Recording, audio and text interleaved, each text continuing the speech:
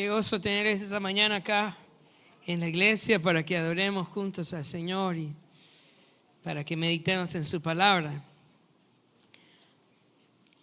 Sé que hay muchas personas nuevas en la iglesia este año. Quiero animarles a todos a acercarse a un grupo casa, acercarse a un pastor también para tomar algún estudio, ¿verdad? Y que podamos irnos integrando a la vida de la iglesia. El día de hoy vamos a estar estudiando el sexto mandamiento. El sexto mandamiento. El sexto mandamiento es: no matarás. En Éxodo capítulo 20, versículo 12. Éxodo capítulo 20, versículo 13, perdón, gracias, 13, sí. Antes de desarrollar este mandamiento, de irnos más profundo, vamos a tomar un tiempo para orar y pedir la dirección del Señor. Padre, te damos gracias por tu palabra que va a ser expuesta esta mañana. Rogamos que prepares nuestros corazones, que podamos ser un terreno fértil para tu palabra. Oramos que tu Espíritu, Señor, obre con poder esta mañana en nuestros corazones. Que como oraba Moisés, Señor, que podamos ver tu gloria, Señor, a través de tu palabra. Que tu presencia esté con nosotros. Obra, Señor, en nuestras vidas. Dame sabiduría para exponer tu palabra y dale a la congregación también oídos para oír, Señor. Bendícenos esta mañana con tu palabra. Lo pedimos en el nombre de Jesús. Amén y amén. Bueno, este es el sexto mandamiento, ¿verdad?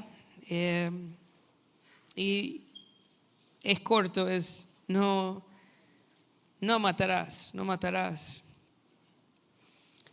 En la Biblia hay muchos mandamientos. Algunos han calculado que hay más de 3,000 mandamientos. Sin embargo, todos los mandamientos que aparecen en la Escritura vienen de estos 10 mandamientos. Y estos 10 mandamientos pueden resumirse en 2 mandamientos. Así que es importante entender que estos mandamientos encierran un conjunto de verdades mucho más amplio de lo que leemos. O sea, es importante, es muy importante.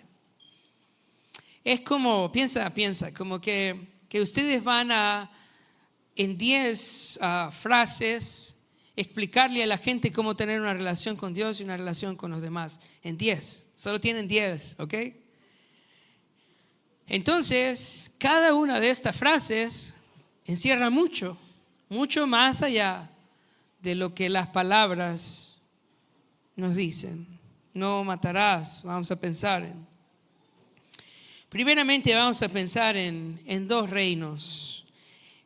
Si puedes anotar en Juan capítulo 10, versículo 10 al 11.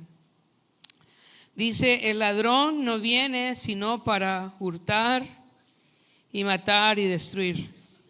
Y yo he venido para que tengan vida y para que la tengan en abundancia. Yo soy el buen pastor. El buen pastor su vida da por las ovejas. Entonces vemos acá que en el mundo presente tenemos 2 reinos. Uno que está dirigido por un rey que vino a hurtar, matar y destruir, que es un ladrón. Y hay otro reino que es el reino de la vida. Y este rey da vida y da vida en abundancia. Entonces este mandamiento no solamente se trata del hecho de matar a alguien, se trata del reino al que nosotros hemos venido. La Biblia dice que fuimos rescatados del reino de las tinieblas y llevados al reino de la luz admirable. También en Juan capítulo 8, versículo 44 dice: vosotros sois de vuestro padre el diablo, y los deseos de vuestro padre queréis hacer. Él ha sido homicida desde el principio y no ha permanecido en la verdad, porque no hay verdad en él. Cuando habla mentira, de suyo habla, porque es mentiroso y padre de mentira. Entonces, Jesús le está diciendo a los judíos que no creían en Él: vosotros sois de vuestro padre el diablo, y los deseos de vuestro padre queréis hacer. Y luego dice, Él ha sido como homicida. Entonces, ¿cuál es una característica de una persona no regenerada, de una persona no nacida de nuevo? Es que quiere hacer los deseos de su padre. Y su padre es un homicida, ¿verdad? Entonces es una cuestión mucho más profunda del hecho de solo matar, no. Tiene que ver con al reino que pertenezco. Si yo he venido a Cristo, entonces yo amo la vida que Dios da. Estimo la vida de los demás, estimo mi vida. Pero si yo aún vivo en tinieblas, entonces quiero hacer los deseos de mi Padre, y Él es un homicida y un mentiroso, hablando de Satanás. Vamos a pensar en el origen del mandamiento. Si nosotros pudiéramos pensar el mandato de no matar, ¿dónde se menciona antes en la Escritura? Se menciona en Génesis capítulo 9, pero antes de ir a Génesis capítulo 9, vamos a ir a Génesis capítulo 6, versículo 11 al 14. Génesis capítulo 6, del 11 al 14, mira lo que dice. Y se corrompió la tierra delante de Dios, y estaba la tierra llena de violencia. Y miró Dios la tierra, y he aquí que estaba corrompida, porque toda carne había corrompido su camino sobre la tierra.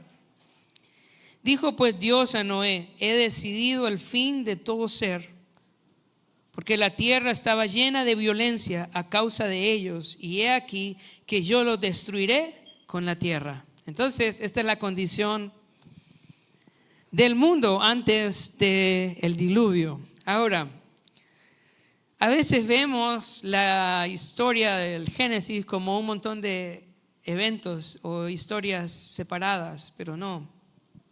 Todo es un mismo hilo de pensamiento. ¿Qué pasó en Génesis capítulo 3? El hombre pecó, ¿verdad? ¿Y cuál fue el producto del pecado en el capítulo 4? Que Caín mató a Abel. ¿Y cómo fue creciendo el pecado en la humanidad? Que todos empezaron a practicar el matar a otros en Génesis capítulo 6. Entonces lo que nosotros estamos viendo es solo el desarrollo del pecado en la vida de la humanidad. ¿A dónde nos lleva el pecado? Al homicidio y a la violencia. Así que Dios decidió destruir al hombre. En Génesis capítulo 6 en adelante se nos narra el diluvio. Ahora, después del diluvio hay algo que conocemos como el pacto noético, y son las instrucciones de Dios para Noé después del diluvio. Ahora quiero aclararte algo. Este pacto noético nada tiene que ver con... toda la Biblia tiene que ver, pero para que tengamos una idea, el pacto noético es diferente al pacto sinaítico, ¿ok? El pacto sinaítico Dios se lo da al pueblo de Israel, pero el pacto noético es antes de Israel. Es un pacto que involucra a toda la humanidad, lo involucra a usted, me involucra a mí de manera directa, ¿ok? Es el pacto de Dios con Noé. Entonces voy a leer Génesis 9 del 1 al 6 para que entiendas cuáles son las instrucciones que Dios da después de que mató a todos los hombres por causa de la violencia. Mira lo que dice. Bendijo Dios a Noé y a sus hijos y les dijo: fructificad y multiplicad, llenad la tierra. El temor y el miedo de vosotros estará sobre todo animal de la tierra y sobre toda ave de los cielos, en todo lo que se mueve sobre la tierra y en todos los peces del mar. En vuestras manos son entregados. Todo lo que se mueve y vive os será para mantenimiento, así como las legumbres y plantas verdes os lo he dado todo. Versículo 4. Pero carne con su vida, que es su sangre, no comeréis, porque ciertamente demandaré la sangre de vuestras vidas, de mano de todo animal la demandaré, y de mano del hombre, de mano del varón, su hermano, demandaré la vida del hombre. Versículo 6.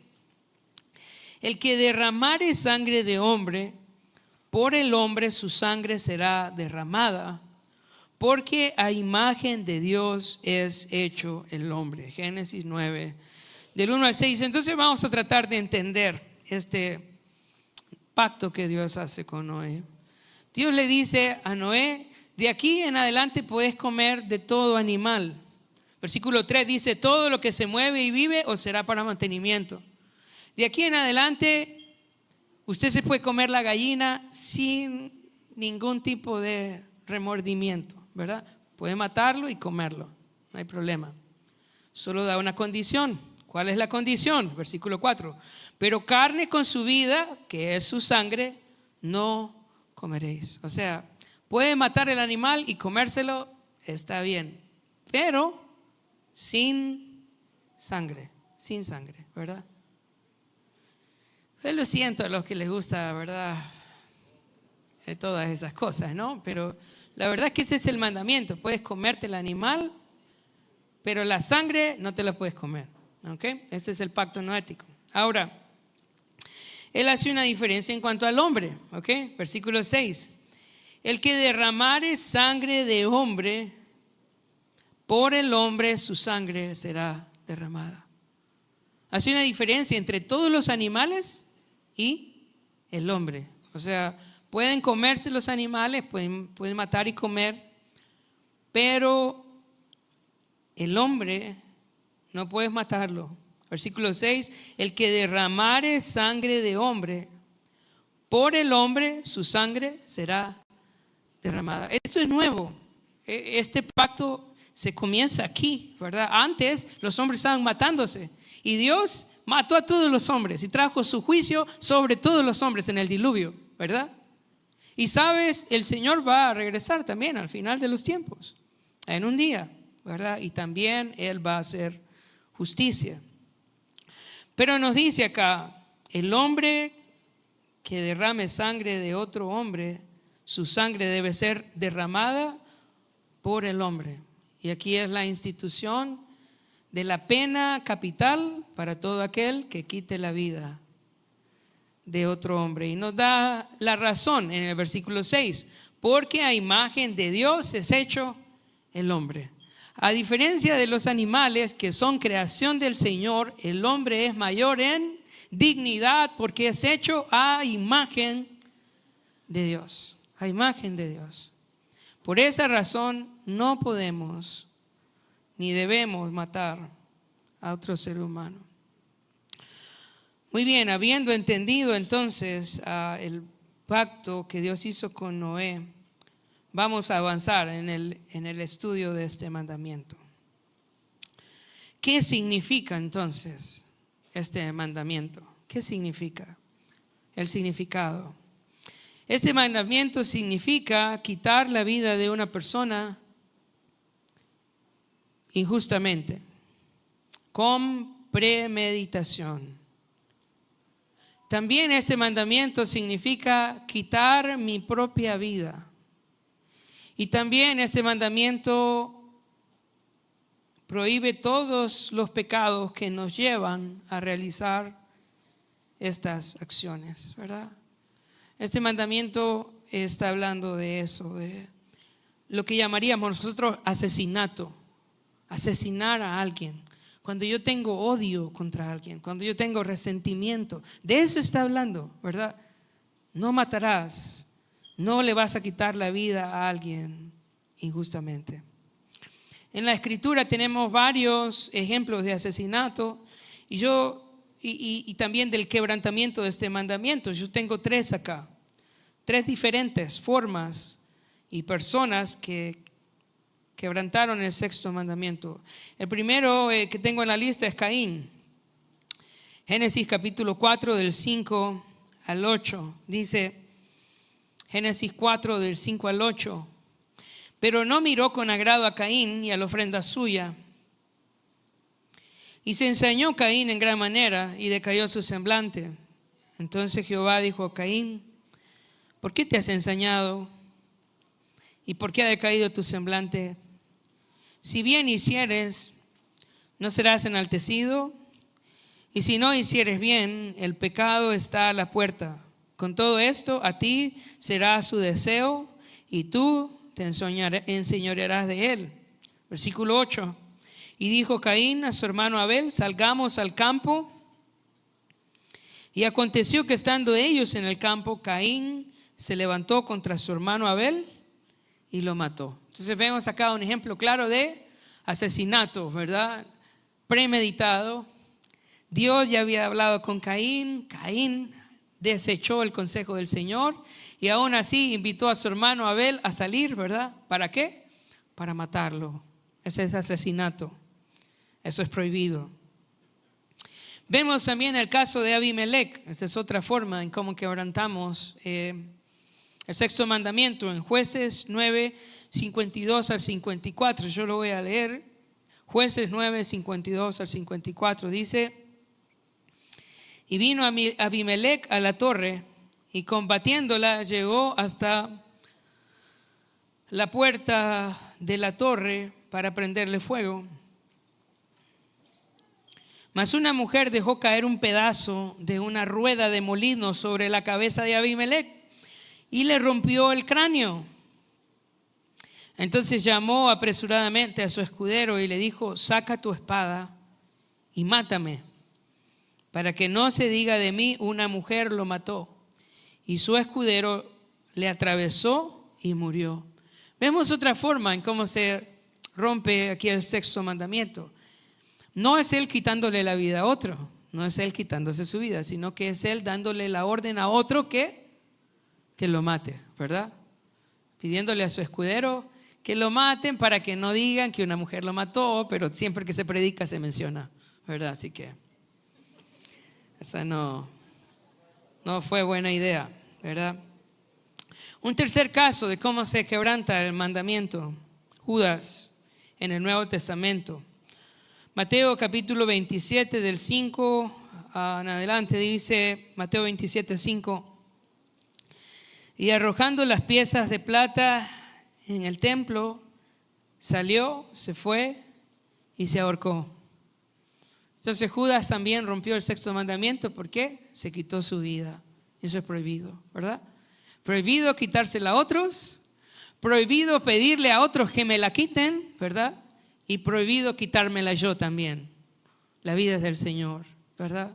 No podemos disponer de la vida. Ahora, casos en donde el mandamiento no aplica.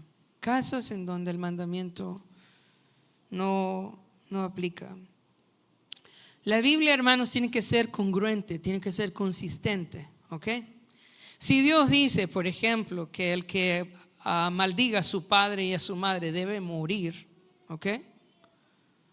Pero aquí dice no matarás. ¿Cómo trabaja eso junto, verdad? O cuando la Biblia manda al pueblo de Israel a destruir a los pueblos paganos, ¿cómo eso encaja, verdad? Porque la Biblia tiene que ser congruente en todos los casos, ¿verdad? Entonces es necesario que nosotros podamos entender en qué casos no aplica. No aplica, como lo miramos, para la muerte de los animales, para el sustento, ¿verdad? Puedes matar un animal para el sustento. Así que si vas a ser vegetariano es porque quieres, ¿verdad? Pero no digas que es que la Biblia te prohíbe matar o no. Eso no es así, ¿verdad? No aplica para la autoridad civil en el correcto uso de sus funciones. Vamos a leer Romanos 13, del 4 al 5. Dice Romanos 13, del 4 al 5. Porque es servidor de Dios para tu bien, hablando de la autoridad. Porque es servidor de Dios para tu bien, pero si haces lo malo, teme. Escucha eso. Porque no en vano lleva la espada, pues es servidor de Dios, vengador para castigar al que hace lo malo, por lo cual es necesario estarle sujetos, no solamente por razón del castigo, sino también por causa de la conciencia. ¿Qué está diciendo ese pasaje? Que Dios le ha dado a la autoridad, ¿verdad?, la libertad de usar la espada. Y que es un servidor de Dios y un vengador para castigar al que hace lo malo. ¿Qué quiere decir eso, hermanos? Que si usted anda de desobediente, ¿verdad?, rompiendo las leyes y haciendo daño a los demás, la autoridad civil tiene el permiso delante de Dios de usar su espada. De usar su espada. No está de adorno, ¿verdad?, su espada, sino que Él es un vengador de Dios. Es un servidor para castigar al que hace lo malo, ¿verdad?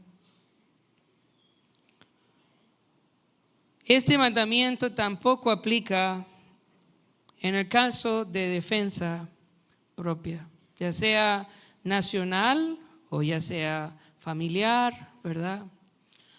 Cada país tiene la libertad de defender su soberanía, sus familias, ¿verdad?, su gente.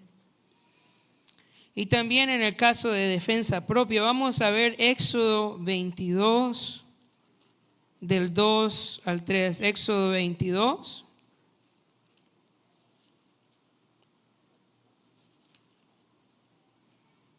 Del 2 al 3. Mira lo que dice.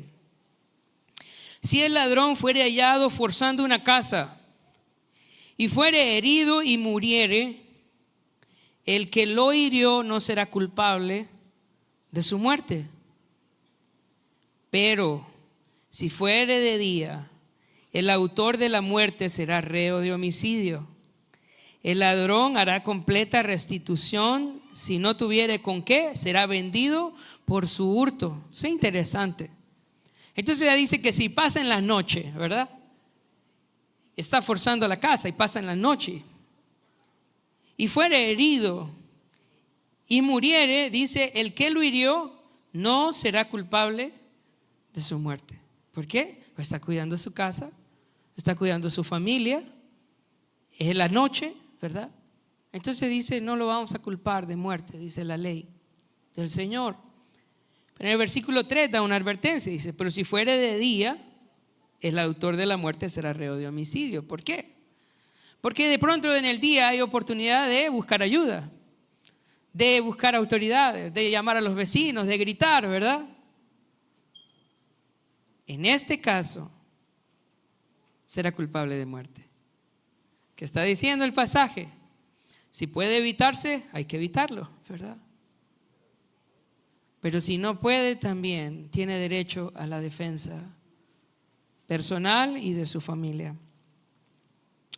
Muy bien, entonces ya entendimos más o menos de qué se trata el mandamiento no matarás y en qué casos no aplican. Ahora, el hecho de matar a alguien, o el hecho de quitarme la vida, o el hecho de pedir que otro me quite la vida, está ligado a pecados internos. El Catecismo de Westminster nos explica que todo mandamiento tiene deberes y también tiene pecados que evitar. El problema no está solo en matar, el problema está en lo que hay en el corazón, ¿verdad? Y aquí tengo una lista de pecados internos, hermanos, no es exhaustiva, es solo demostrativa, ¿verdad? De pronto hay más pecados que nos pueden llevar al homicidio. La falta de amor, el enojo, la ira, el rencor, la amargura, la gritería, la envidia y aún la indiferencia misma. En la Biblia hay una historia que contó Jesús cuando hablaba acerca de quién era el prójimo. ¿Recuerdan? Era la historia del buen samaritano. Y pasó el sacerdote y vio al herido y no hizo nada, fue indiferente. Y luego pasó el levita y no hizo nada y fue indiferente ante el dolor de este hombre que había sido herido.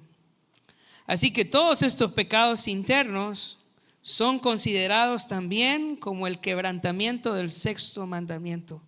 Cuando en mi vida hay ira, enojo, rencor, amargura, yo estoy quebrantando el sexto mandamiento, porque lo que Dios quiere que haya en mi corazón para mi prójimo es, Nadie lo dice, ¿verdad? Amor. ¿Cuántos quieren dinero?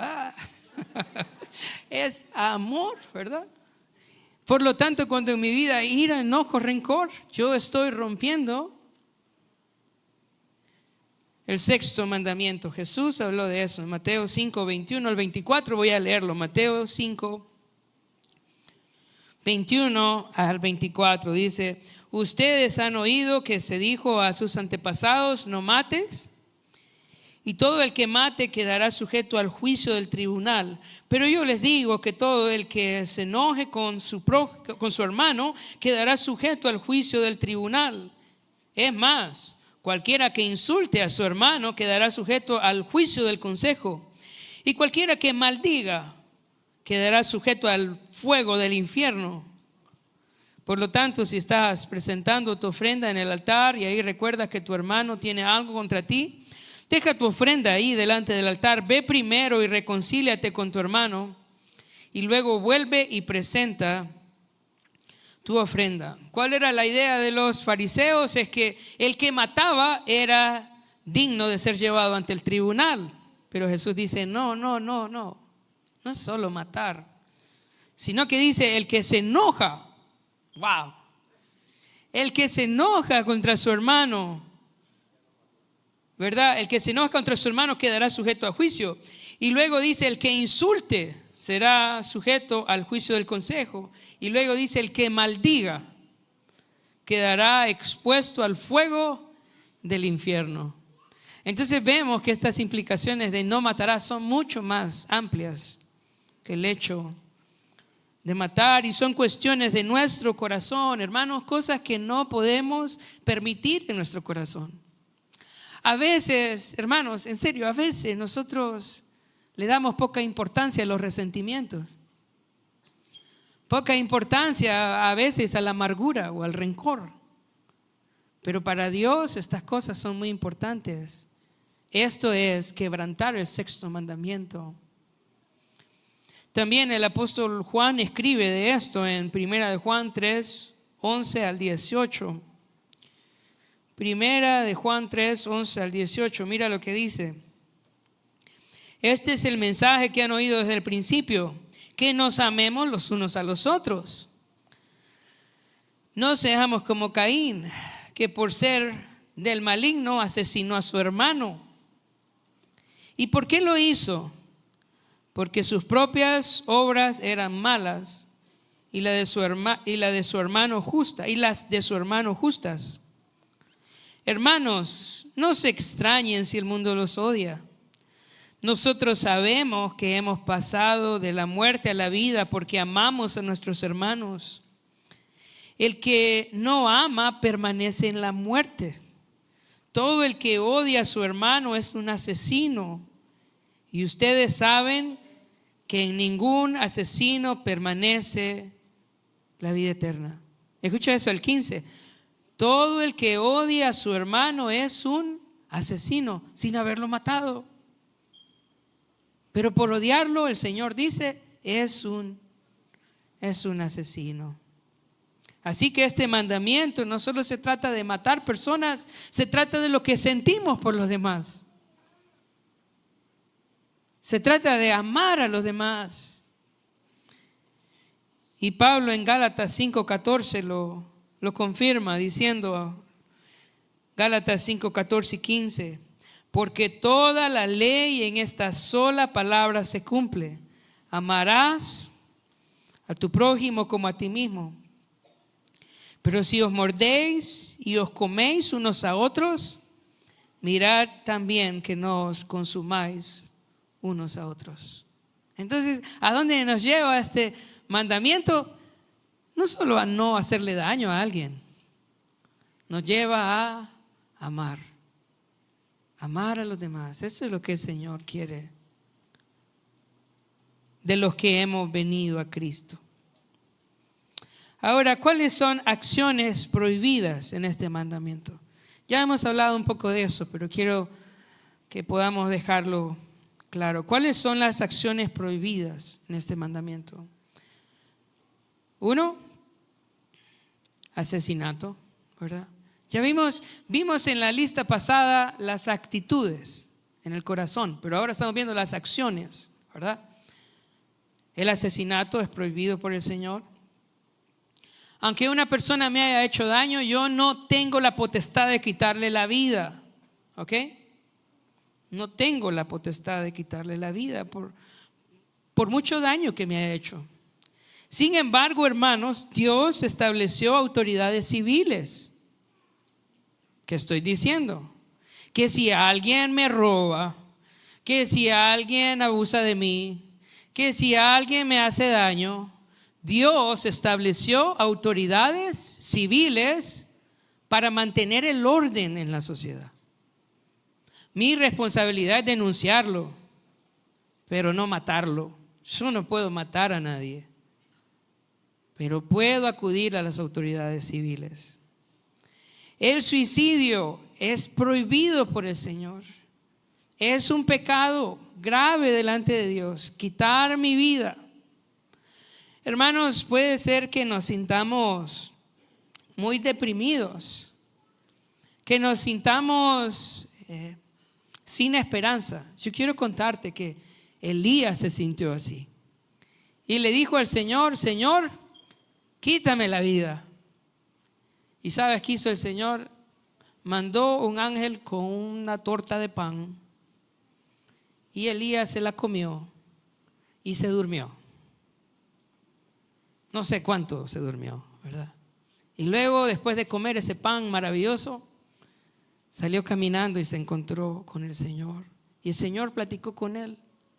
Y uno puede leer en el libro de Segunda de Reyes cómo el Señor transformó la vida de Elías y lo sacó de su depresión, al grado, hermanos, que estaba Elías en el monte con el Señor y lo venían a buscar los soldados y decía: si yo soy profeta del Señor, que descienda fuego. Y consumía a los soldados. Después de estar deprimido, ahora que más bien estaba ahí, que necesitaba un poco más de misericordia, demasiado animado estaba Elías. Puede estar deprimido, hermanos, pero el Señor puede animarte. Quitarse la vida no es la solución, es venir al Señor. Esa es la solución. Otra de las acciones prohibidas en este mandamiento es el aborto, hermanos. El aborto es quitarle la vida a un niño. Si usted estudia la Escritura, se va a dar cuenta de que el Señor tiene una fascinación con los bebés. Él ama a los niños, los ama. Él piensa en los niños. Así que quitarle la vida a un no nacido, a un indefenso, es un gran pecado delante del Señor. Yo quiero animarte.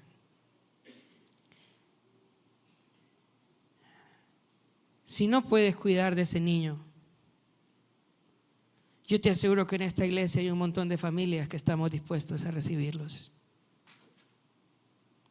No le quites la vida a un bebé no nacido. Entréguelo, pero no lo mate. No lo mate. Y otra acción prohibida en este mandamiento es la eutanasia. ¿Qué es la eutanasia? Es pedirle al doctor, ¿verdad?, que me haga la enfermedad más fácil y me dé veneno, ¿verdad? Y ya, se termina, ¿verdad? Eso es eutanasia. Eso es prohibido también delante del Señor. ¿Qué debemos hacer como iglesia? Bueno, nosotros hemos tenido el caso de hermanos en estado terminal, ¿verdad? ¿Qué se hace en ese caso? Hermanos, se acompaña a la familia, se acompaña al enfermo, hacemos culto con ellos, ¿verdad? Oramos con ellos, cantamos con ellos, hasta que el Señor decida llevarlos. Eso es lo correcto, ¿verdad? Pero no podemos disponer la vida y quitarla para no sufrir más. Vamos a ver un par de cositas más. Pensando en este mandamiento, el deber para con otros. ¿Cuál es nuestro deber para con otros? Pensando en el sexto mandamiento. Proteger la vida física de los demás. Proteger la vida física de los demás.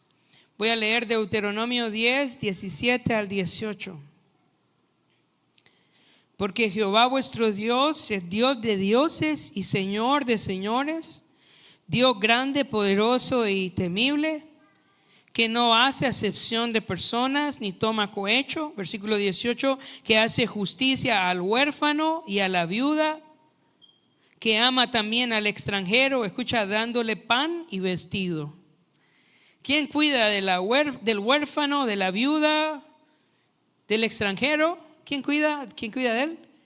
Dios, ¿verdad? Pero Dios cuida de ellos, ¿cómo? A través de la iglesia. Somos el cuerpo de Cristo, ¿verdad?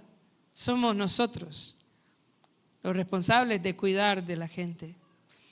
Años atrás, cuando comenzó la iglesia en el Imperio Romano, ¿quién cuidaba de los huérfanos, piensan ustedes? La iglesia. ¿Quién cuidaba de los viejitos? La iglesia, ¿verdad? ¿Quién cuidaba de los enfermos? La iglesia. La iglesia. Es nuestra responsabilidad, hermanos, proteger la vida física de los demás, de las personas en necesidad. Si la iglesia no le importa la vida de la gente, ¿a quién le importa? ¿A César? No, es a Dios, a Él le importa, ¿verdad? Y nosotros debemos cuidar a los demás, cuidar sus vidas. También velar por su vida espiritual, hermanos. ¿Saben que hay una conexión entre la vida espiritual y la vida física? Generalmente las personas que están muertas espiritualmente viven una calidad de vida inferior a aquellos que tenemos a Cristo, ¿verdad? Hay una relación directa. Si ustedes recuerdan, Dios le dijo a Adán que el día que pecares, ese día morirás. ¿Qué trae el pecado a nuestra vida? Muerte. Entonces, una forma de cuidar de la vida de las personas es cuidar de su vida espiritual, de su vida espiritual. Voy a leer Ezequiel 3, 18 al 19. Dice, Ezequiel 3, 18 al 19. Cuando yo dijere al impío, de cierto morirás, y tú no le amonestares ni le hablares, para que el impío sea apercibido de su mal camino, a fin de que viva, el impío morirá por su maldad, pero su sangre demandaré de tu mano. Pero si tú amonestares al impío, y él no se convirtiera de su impiedad y de su mal camino, él morirá por su maldad, pero tú habrás librado tu alma. Entonces tenemos una responsabilidad no solo de cuidar la vida de las personas, sino también de cuidar su vida espiritual. Que ellos puedan conocer a Cristo, que ellos puedan arrepentirse de su pecado. Por otro lado, otro deber de este mandamiento es promover toda iniciativa que conduzca a la preservación de la vida, ¿verdad? Si se quieren imponer leyes que avalen el aborto, nosotros no podemos apoyar eso, hermano. Si se quieren establecer leyes que quieran legalizar la eutanasia, nosotros no podemos apoyar esas cosas. Porque yo quiero que te quede algo bien claro. Como cristianos, nosotros somos pro vida. ¿Por qué? Porque venimos al reino de la luz. Nuestro rey es el que da vida. Nosotros no podemos apoyar el reino de la muerte en ningún punto. Como cristianos defendemos la vida, porque somos del reino de la luz. Entonces, esto en cuanto a los deberes para con otros. Y para terminar, deberes para conmigo mismo en este mandamiento. ¿Cuáles son los deberes para conmigo mismo en este mandamiento? Proteger mi vida física, no poner mi vida en peligro innecesariamente, cuidar de mi salud y cuidar también de mi vida espiritual. Yo necesito procurar mi vida física, yo necesito cuidar mi salud y yo creo que en buen tiempo nos viene este mandamiento, hermanos, ahorita en enero, ¿verdad? Yo creo que tratar de estar delgado para vernos más guapos no es correcto. Pero si vamos a cuidar de nuestra salud, ¿verdad? Preservando nuestra vida, es correcto hacerlo, ¿verdad? Esa es una buena razón para hacer un poco de ejercicio y para comer un poco menos, porque Dios dice no matarás. Y eso implica cuidar mi salud, ¿verdad? También si usted tiene algún tipo de problema de salud, parte de este mandamiento es buscar asistencia, ¿verdad? El Señor nos ha dejado médicos también. Darle importancia a estas cosas. A veces vivimos sin darle importancia a nuestra vida y las cosas se complican. Hermanos, cuídense. Eso es parte de no matarás, es cuidarse. Cuídese usted. Si tiene alguna situación que no se está tratando, cuídese. No poner en riesgo mi vida innecesariamente, hermanos. Eso es bien importante. A veces nos ponemos en situaciones difíciles solo porque somos imprudentes. Algunas veces toca arriesgar la vida, ¿verdad? Pero que valga la pena. Que valga la pena.